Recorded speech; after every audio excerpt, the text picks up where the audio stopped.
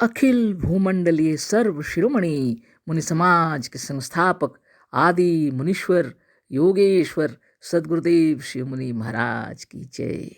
उपस्थित मुनि वृंद, साधु सज्जन वृंद, संत वृंद, साधक वृंद, आध्यात्म ज्ञान के जिज्ञासुओं और प्रेमियों, सभी श्रोता वृंद, आप सबको मेरा कोटिशः नमन, सप्रेम जय जीव।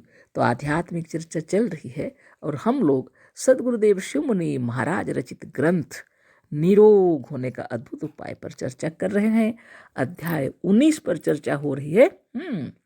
सच्ची समाधि व सच्चा स्वास्थ्य, यही शीर्षक दिए हैं सदगुरुदेव और हम लोग इसी पर तल्लीन हो गए हैं चर्चा करते करते, है ना।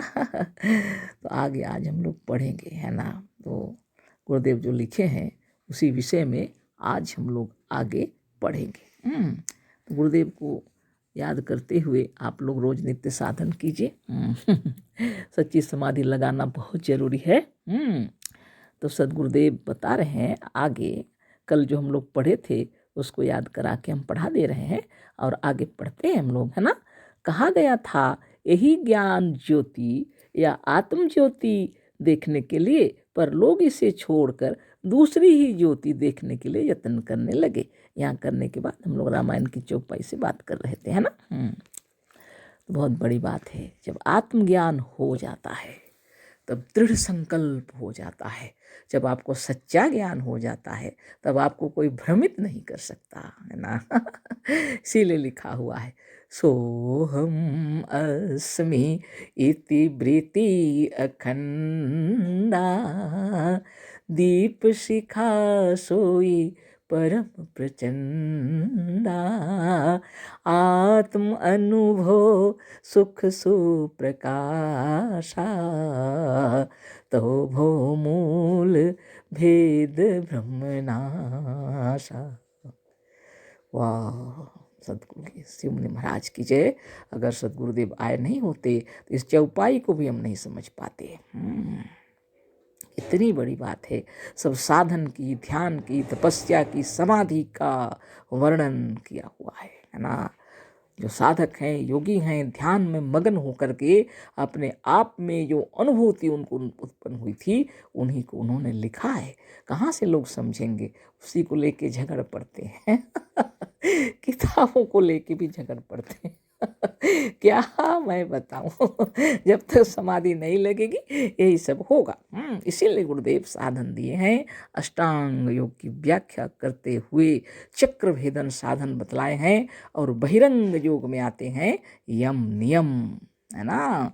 अहिंसा, सत्य, अस्ति, ब्रह्मचर्य, अपरिग्रह, जीवन भर इसका पालन करना है ना। शौच, संतोष, तप, स्वाध्याय, ईश्वर प्रणिधान, है ना।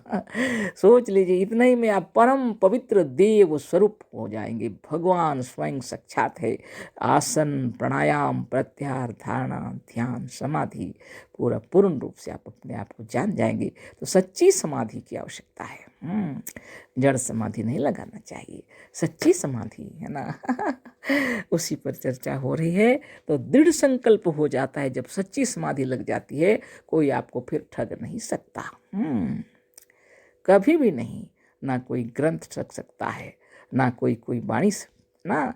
आपको पक्का ज्ञान हो जाता है जब कि आत्मा ही अजर अमर अविनाशी है और सबकी आत्मा ही ब्रह्म है ना। सबकी आत्मा ही राम है, सबकी आत्मा ही कृष्ण है, सबकी आत्मा ही ब्रह्मा विष्णु महेश्वर है। इन आत्मा से बढ़कर ना कोई शक्ति थी, ना कोई है। यही पर ब्रह्म परमात्मा है। यह ज्ञान दृढ़ रूप हो जाता है। तब फिर आप कहाँ भटकेंगे। तब आप तो नहीं भटकेंगे, है ना। तब तो बहुत बड़ी बात हो जाएगी। हरि बिनु कोई नहीं है भाई, ना हरि मंदिर ना मस्जिद में, ना गिरजा में समाई, वह तो जिंदा चेतन नर में रहता रास रचाई। तो राम लखन मुनि जी, है ना, संगीत लिख बैठे। आज भी जितने लोग लिखे हैं, जो कुछ भी लिखे हैं, आत्मा की गहराई में उतर कर आत्म अनुभूति से लिखे हैं, है ना। सदगुरु का ज्ञान प्राप्त होने से आप अपने आप में डुबकी लगा लेते हैं। जब सच्चा ज्ञान हो जाता है, सच्चा ज्ञान, तभी आप कह सकते हैं ना हरि मंदिर, ना मस्जिद में, ना गिरजा में समाई, वह तो जिंदा चेतन नर में रहता रास रचाई। कौन बोल सकेगा? कोई नहीं बोलेगा। सब डर के मारे थर थर कांपते हैं ना। क्योंकि ज्ञान नहीं है ना। नहीं तो गुस्सा से आग बबूला और किसी की भी जान ले लेते हैं। क्यों? सब अज्ञान है मुनि जी। आप ब्रह्मज्ञानी बनिए। सभी ब्रह्मज्ञानी हैं वास्तव में, लेकिन खुद को भूले हुए हैं, स्वरूप से हट गए हैं। इसलिए सच्ची समाधि लगानी होगी। जब तक सच्ची समाधि नहीं लगेगी, आप कभी भी उस ब्रह्म को नहीं पा सकेंगे। वास्तव में वह शरीर में रहते हैं और शरीर को चला रहे हैं और सारे विश्व को चला रहे हैं ना। उस ब्रह्म को मेरा भी और आपका और सबका कोटि कोटि नमन है। वो ना मंदिर में है, ना मस्जिद में है, ना गिरजा में है, ना गुरुद्वारा में है। वह तो जिंदा चेतन नर में रहता रास रचाई। कितनी रास लीला, कितना कितना लोग लिखे, लेकिन किसी की समझ में नहीं आया, उसको ढूंढने चले, है ना। है ना। कस्तूरी जिमि मृग नाभि में, पुष्प सुगंध समाई, तैसे ही हरिहर जीवों में जीवन ज्योति जगाई। हरि बिनु कोई नहीं है भाई। ना हरि मंदिर, ना मस्जिद में, ना गिरजा में समाई, वह तो जिंदा चेतन नर में रहता रास रचाई। बखूबी इन बातों को जब हम समझ जाएंगे, है ना, तो अपने शरीर जो अपने तरीके से चल रहा है, आत्मदेव जिसको चला रहे हैं, और इसके जो कार्यकलाप हैं उसको देख करके थर थर नहीं कांपेंगे। अब मर ही जाएंगे। ये भावना हृदय से निकल जाएगी, है ना। आपको अच्छी तरह पता चल जाएगा कि शरीर की साफ सफाई हो रही है और आत्मदेव बहुत करीने से शरीर को जतन से साफ कर रहे हैं, है ना। तो आप भी ध्यान मगन होकर प्रणव, प्राणायाम और हल्का फुल्का चक्र भेदन सब करते रहेंगे तो सुखपूर्वक शरीर स्वस्थ हो जाएगा। जो भी बीमारी हो, बीमारी वह नहीं है, शरीर की सफाई है ना। तो सचमुच में सच्चा ज्ञान हो जाए, इसलिए गुरुदेव इतनी मेहनत से इन किताबों की रचना किए हैं। रात रात भर जाग जाग के किताबें लिखा करते थे। माता जी दोनों से हम मिले थे जब उन्होंने हमको घुमाया ऊपर के मंजिल पर, और गुरुदेव का वो रूम भी दिखाए और बोले यहीं पर आपके बाबा लिखा करते थे सब किताबें, और हम लोग दोनों यहाँ पर घूमते थे चुपचाप, कोई बात नहीं करते। कितनी तपस्या है, बाप रे बाप। उन माता जी दोनों के चरणों में कोटि कोटि नमन है ना।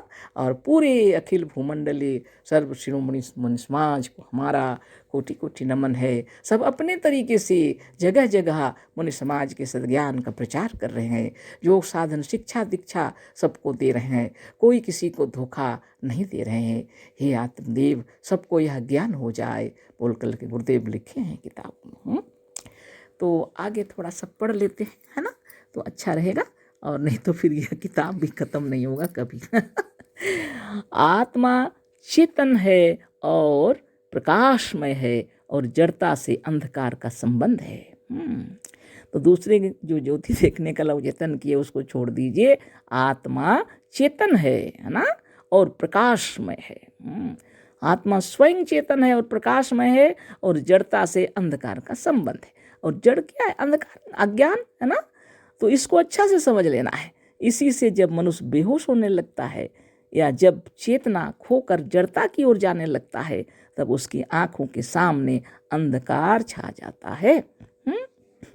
सबको समझ में आता है ना, जब बेहोशी आती है या अपना चेतनता खोल होने लगते हैं तो एक बार अंधकार छा जाता है ना। कोटि सूर्य के उगने पर भी मुर्दे के हृदय में प्रकाश नहीं आ सकता। कितनी बड़ी बात लिखी है गुरुदेव। कोटि कोटि सूर्य के प्रकाश भी हो जाए तो मुर्दे के हृदय में प्रकाश नहीं आ सकता, क्योंकि जड़ता में अंधकार है। क्योंकि जड़ता में अंधकार है। वो शरीर क्या है? मुर्दा पड़ा हुआ है। प्राणदेव उससे निकल गए। जो प्रकाश का भी प्रकाश था वह उस शरीर में अभी नहीं है, उस हृदय में उसका वास नहीं है। वह मुर्दा शरीर पड़ा हुआ है। और उसमें कोटि सूर्य के प्रकाश भी उदय हो जाए तो उस मुर्दे शरीर में प्रकाश कैसे आएगा? वो तो जड़ता में है, अंधकार में है। उस शरीर में वो ब्रह्म अभी नहीं है। इसको तत्व से समझ लेना है ना। जो शरीर मुर्दा पड़ा है उसमें ब्रह्म नहीं है। इसी चक्कर में लोग समझ नहीं पाते हैं और कहते हैं हम शरीर नहीं है, आत्मा है। तो ये तो साधारण बात है, लेकिन नहीं समझने से ऐसे सोचते हैं। और सद्गुरुदेव बताते हैं शरीर सहित ही आत्मा रहती है, बिना शरीर के कभी नहीं रहती है। एक बार सूक्ष्म में और एक बार स्थूल में, है ना। तो आप शरीर सहित ब्रह्म है।